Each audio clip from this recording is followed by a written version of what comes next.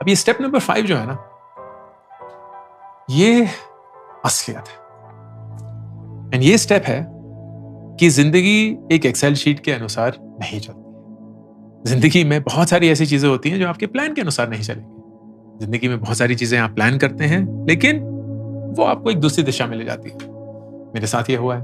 मुझे याद है, बढ़ते हुए पापा ने वो सारी क्लासिक मिस्टेक्स करी थी जिनके बारे में मैं आज आपको वार्न कर रहा हूं। हम एक बहुत ही साधारण परिवार से हैं।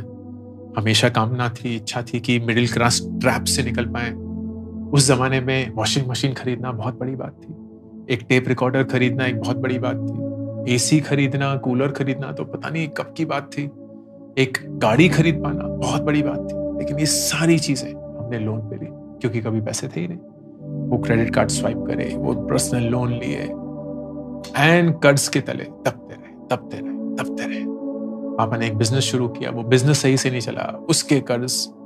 मैंने ISB अपना MBA करने के लिए 14 लाख रुपए का लोन लिया, वो कर्ज।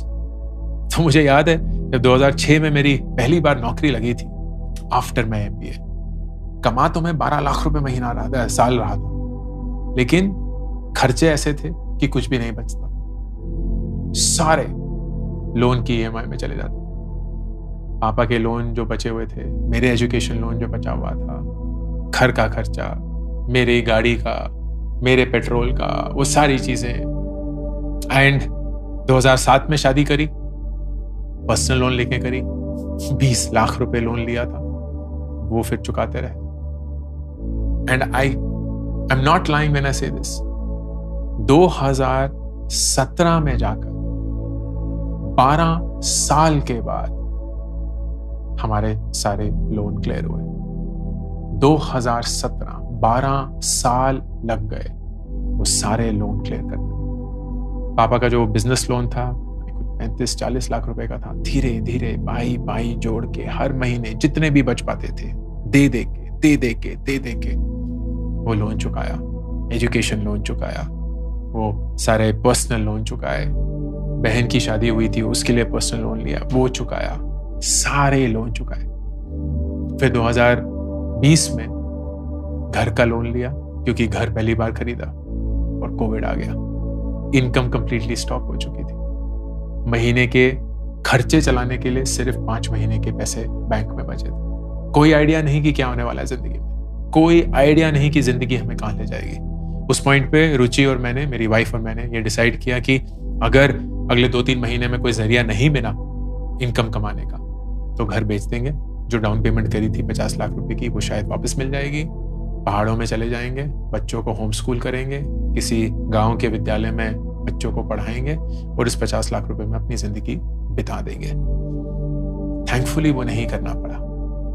इनफैक्ट 2023 पिछले साल शुरुआत में हमने अपने घर का भी लोन चुकाया। 2023 में at the age of 43, it was the first time ever that we had reached a debt-free status. हमारे सर पे कोई भी कर्ज नहीं था। पहली बार जिंदगी में, पहली बार 40 साल की जिंदगी के बाद पहली बार सर पे कोई लोन नहीं। तो लोन चुकाना क्या होता है? उस लोन को धीरे धीरे पाई जोड़कर सालों चुकाना क्या होता है मैं जानता हूं। तो अगर प्लान के अनुसार जिंदगी ना चले, एक चीज जो मैंने सीखी है वो ये है कि जो चीज आपके लिए काम कर रही है ना, वो पकड़ लो और उसे करते रहो। क्योंकि इसी चीज को डिसिप्लिन कहते हैं, इसी चीज को अनुशासन कहते हैं। डिसिप्लिन वो चीज नहीं होती जो आप अपना मन मार के अपने दिमाग को, अपनी बॉडी को कुचल कर कोई ऐसा करते हैं जो आपको पता है आपको करना चाहिए। वो डिसिप्लिन नहीं। डिसिप्लिन एक नेचुरल तरीका होता है जीने का, कि आपको पता है कि हर महीने ये आपको पैसे देने हैं टुवर्ड्स दैट बिग लोन जो आपको चुकाना है। एंड फर्क नहीं पड़ता कि आपकी जिंदगी में क्या चल रहा है, ये पैसे जाके ही रहेंगे क्योंकि ये काम कर रहे हैं, ये उस लोन को चुकाने के काम आ रहे हैं। एंड ये आप करते रहेंगे। And it's the same form of discipline that works for everything in life. चाहे वो फिट होना हो, चाहे वो तरक्की करना हो, चाहे वो पैसे के बारे में पैसे को बढ़ाना हो, आपके रिश्ते हो, कोई भी चीज, उस चीज को पकड़ लीजिए जो आपके लिए काम करती है और फिर आंखें बंद करके सिर्फ उस चीज को करते रहिए।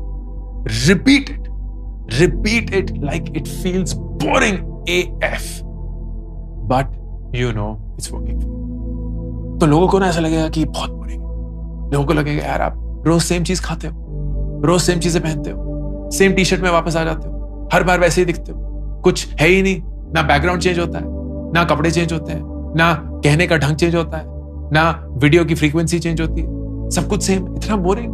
What's new Ankur, what's next? And मेरे लिए nothing is new, nothing is next. मैं सिर्फ एक ही चीज जो मेरे लिए काम कर रही है करता रहूंगा, करता रहूंगा, करता रहूंगा, क्योंकि वो मेरे लिए डिसिप्लिन है, वो मेरे लिए रूटीन है, वो मेरे लिए अनुशासन है। एंड ये डिसिप्लिन अगर आप अपनी जिंदगी में ले आए तो पैसा तो बहुत छोटी चीज है दोस्त, आपको हर एक चीज हासिल हो जाएगी। कर्ज के तले दबे रहना क्या होता है मैं बहुत अच्छे से जानता हूं, उस कर्ज से निकलना कितना मुश्किल होता है उसको भी अच्छे से जानता हूं, लेकिन ये भी जानता हूं कि हर एक शख्स इस दुनिया में एक कर्ज से, चाहे वो जितना भी बड़ा हो, निकल सकता है। लेकिन एक कर्ज सबसे भारी होता है और वो है इमोशनल कर्ज। जो कर्ज हम अपने इमोशन पे ले लेते हैं ना, the feeling of pressure, the feeling of helplessness, the feeling of feeling like a loser, the feeling of being unsuccessful, the feeling of being इनएडिक्वेट, वो चुकाए नहीं चुकता। एंड उसको चुकाने का सिर्फ एक ही तरीका है, discipline, discipline, discipline, discipline. Pick up the thing that works for you and keep repeating it. आपके सारे कर्ज, आपके सारे अरमान,